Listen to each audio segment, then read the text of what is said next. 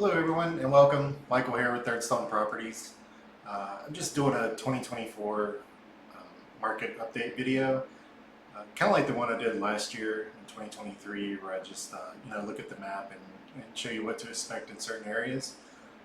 As far as prices go, not a lot has changed. It's basically about the same, so that 2023 video is still very much relevant. I'll put the link in the description to that video for you to watch, but this is just kind of giving you an update of 2024. What we've seen so far, my personal experience in the market. I work this market every day, and I usually work with only investors. So I have a lot of experience in the whole investor market. But just getting started here, here's just the quick stats. I mean, you can see sales prices is up 1.3% from last year. That's not a very big difference at all. I think that's going to continue to go up. I don't really see prices dropping. I know a lot of people think prices are going to drop. I just don't really see it happening. I could be wrong. Maybe I am. I don't know. But like every time I think we're starting to enter a buyer's market, I get corrected pretty quick. So. The amount sold is actually up, so we're actually like selling more houses than last year too. So it's really kind of a weird market, it's more than anything. And days on market's up a lot, so it's up 17%. So things aren't moving as fast, but we're still selling more. List price received, that's about the same as it was last year. Most people are still getting their, it's like 97% still. People are getting their their asking price. That means we're still in a seller's market. Like, that's pretty clear. Closed over listing price is what's really down. So before, I think people were overpaying for a lot of stuff, rightfully so. I mean, I would have too, especially 3-4 years ago. And let's see, so the massive change is active inventory. So I think it's just more people selling now, there's just more people wanting to sell, and that's the reality of it. So that's up 85% from last year. So again, we're still selling more, and prices are still up, but there's a lot of listings. There's a lot more on the market right now. I mean, possibly we could see, some repercussions of that, like we could finally start maybe seeing some price drops. I don't really know. I haven't seen it yet. Okay, so I think that pretty much covers that. I'll jump to my maps like I did, in the previous video. Again, it's pretty much about the same. If anything, I think we've maybe seen rental, definitely prices and rental rates have balanced out. Like, they're not going up anymore hardly. If anything, I know someone who works probably with the biggest corporation that owns single family homes, especially here in Jacksonville. And I've been told too from them, like they've been having to drop prices this year. To get people to stay, get people to renew. So there's some of that going on. Nothing dramatic. I mean, nothing to be worried or scared over. It's just, I think we were just going up for too long. Like it just can't keep doing that, obviously. So it just corrected itself a little bit. Like I said, nothing crazy, nothing dramatic. I think if anything, we're just kind of in a pretty traditionally normal market now. Seems weird to me because I've been in this crazy market for a while. I forget what normal's like anymore, so I think we're just kind of back to that, really. So these maps here, this is still kind of I would say it's under like my 200K price. We've seen some really good appreciation in all of these areas. Everything across the board over the last 3 or 4 years. But yeah, this is, so if you're an investor, I think most people, have that, they kind of have that 150 price point in their head that they want to go for. And keep in mind, this is applying to like, you know, a 3-bedroom. Like this is your average like 3-1 house, 3-1 or 3-2 house. That's what most people are getting when they're investing, especially new investors. You know, want like a 3-bedroom around 150. That's the most common request we get. So if you're that person, this is where you're looking, you know. And if you're looking for a duplex or a quad, you could find. You're not going to find a lot of that here up in like the Sherwood Forest area, Harborview, and stuff like that. But these are really nice, like established neighborhoods up here, and their house, the single family houses do really well. I feel like they perform really, like as far as the whole north side goes, I feel like they perform the best up like in this little area here. You know, from Magnolia Gardens up to Sherwood Forest, and even down here, like in like Mixon Town and this Edgewood area, I feel like that does pretty well. And then like this east side part here too does well. You know, again, I think all of Jacksonville does pretty good for what it is. Probably, but you get some tougher parts of town, which, especially like if you have a multifamily and whatnot, tend to take a little longer to rent.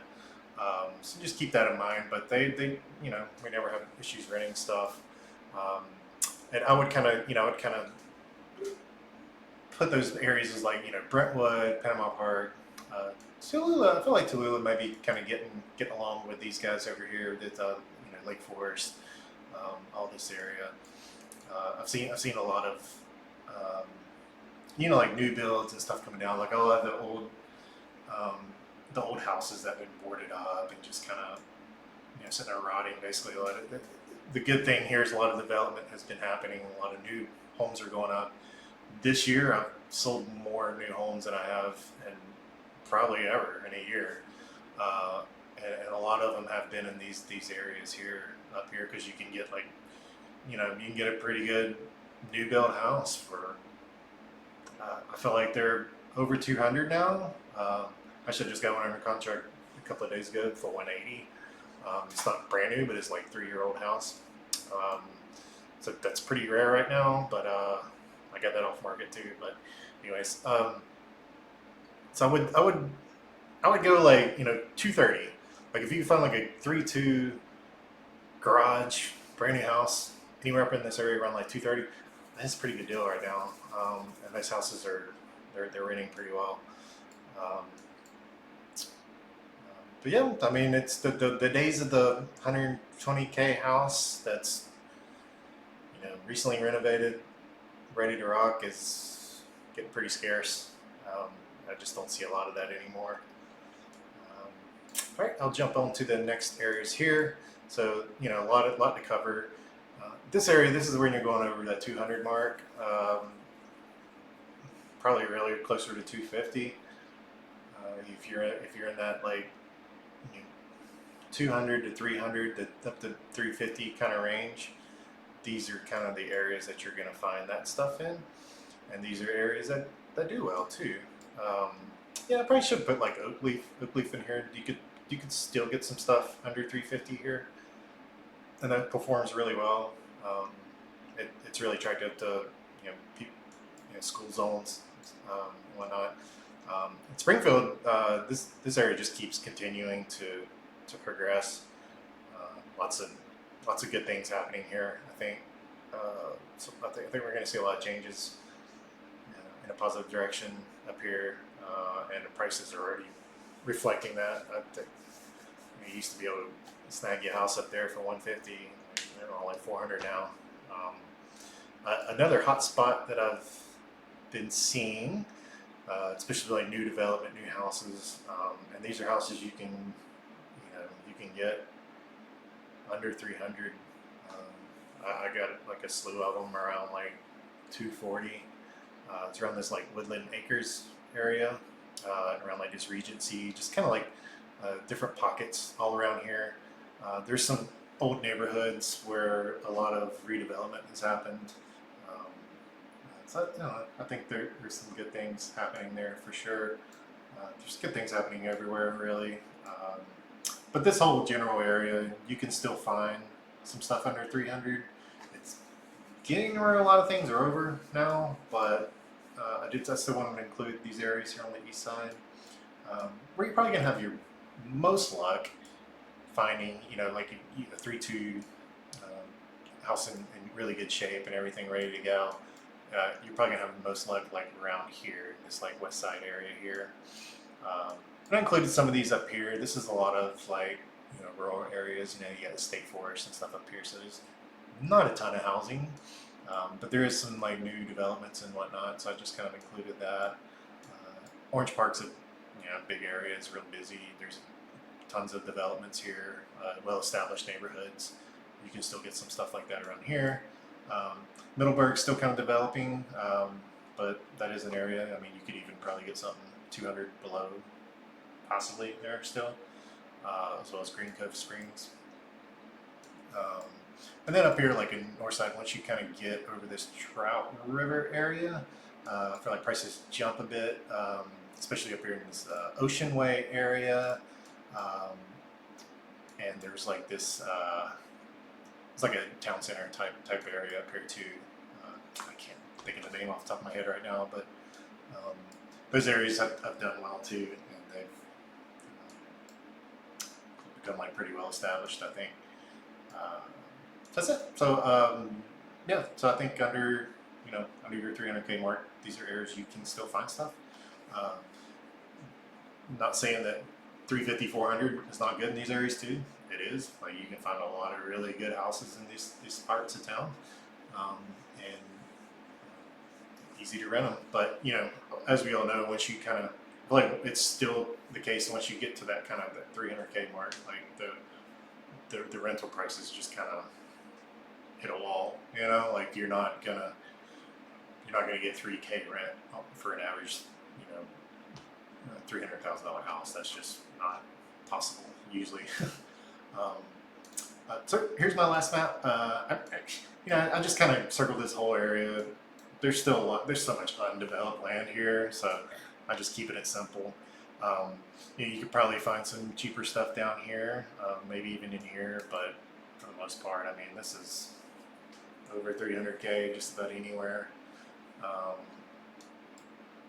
I would say once you kind of pass this 295 mark here east, you're not going to find anything under 300. It's just, it doesn't exist anymore. And that kind of applies here too. Now there are some small pockets here, like around this Emerson Street, around this, San Jose is pretty much over 300 now. But along this Phillips Highway, this is a big commercial, road too, so it's a lot of businesses and whatnot, so it's not a ton of housing as there is everywhere else, but these are probably spots you could still find some deals. Pretty much San Margo down, you're going to be 300 plus and just about anything, Mandarin, all that. All down here, yeah, unless you're getting like a condo or a townhouse, but again, we're mostly speaking on single family homes here.